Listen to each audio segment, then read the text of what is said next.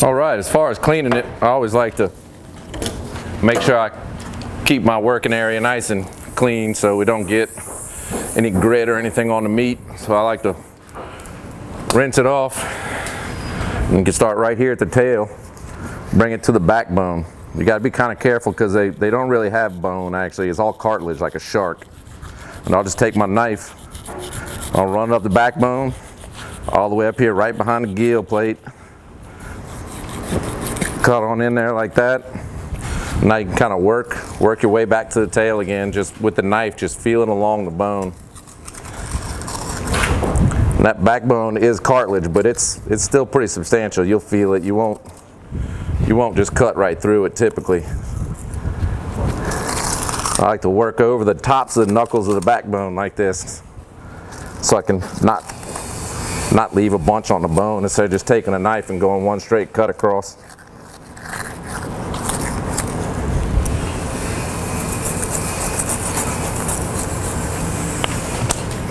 Once I get it taken off a little bit, I'll just cut it in chunks, however big you want them to be. And there you go, there's your chunks. Obviously, with same thing with any kind of meat, you don't want to let it get hot. You want to get it on ice as soon as possible. Swordfish will freeze, but with all offshore fish, don't spray it with a bunch of fresh water and just let fresh water sit on it.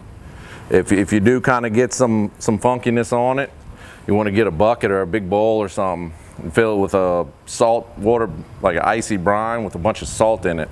You can rinse it in that, and even with that afterwards, if I was to take some and I wanted to freeze it or whatever and I needed to rinse it, I would rinse it off like that, and then I would take a bunch of paper towels or something, pat it dry, so you wouldn't have that water just sitting on there.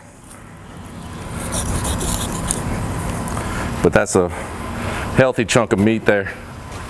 I find that one of the best ways to cook it is just keep it simple. Throw it in a skillet, get it hot, throw some butter in there, a little Tony Sashers or whatever kind of spice you like to use, and just a couple minutes on each side, well, not even that long, a minute on each side or so, and pull it out, and it's ready to go. It's very good, solid white fish meat, holds together good on a grill. It's really pretty hard to mess it up unless you overcook it. It's not as bad, it's not as sensitive as tuna, but it will dry out. There's plenty of good recipes floating around out there. Lindgren Pittman has a good recipe on their website.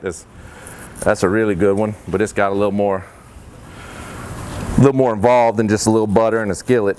But when you make this cut, you want to make sure you angle up underneath the gill plate. There's a nice little chunk of meat up in there. A lot of people might just kind of come straight down a little bit further back, and they'll miss a nice knuckle. Another piece of meat that I find really good is the belly.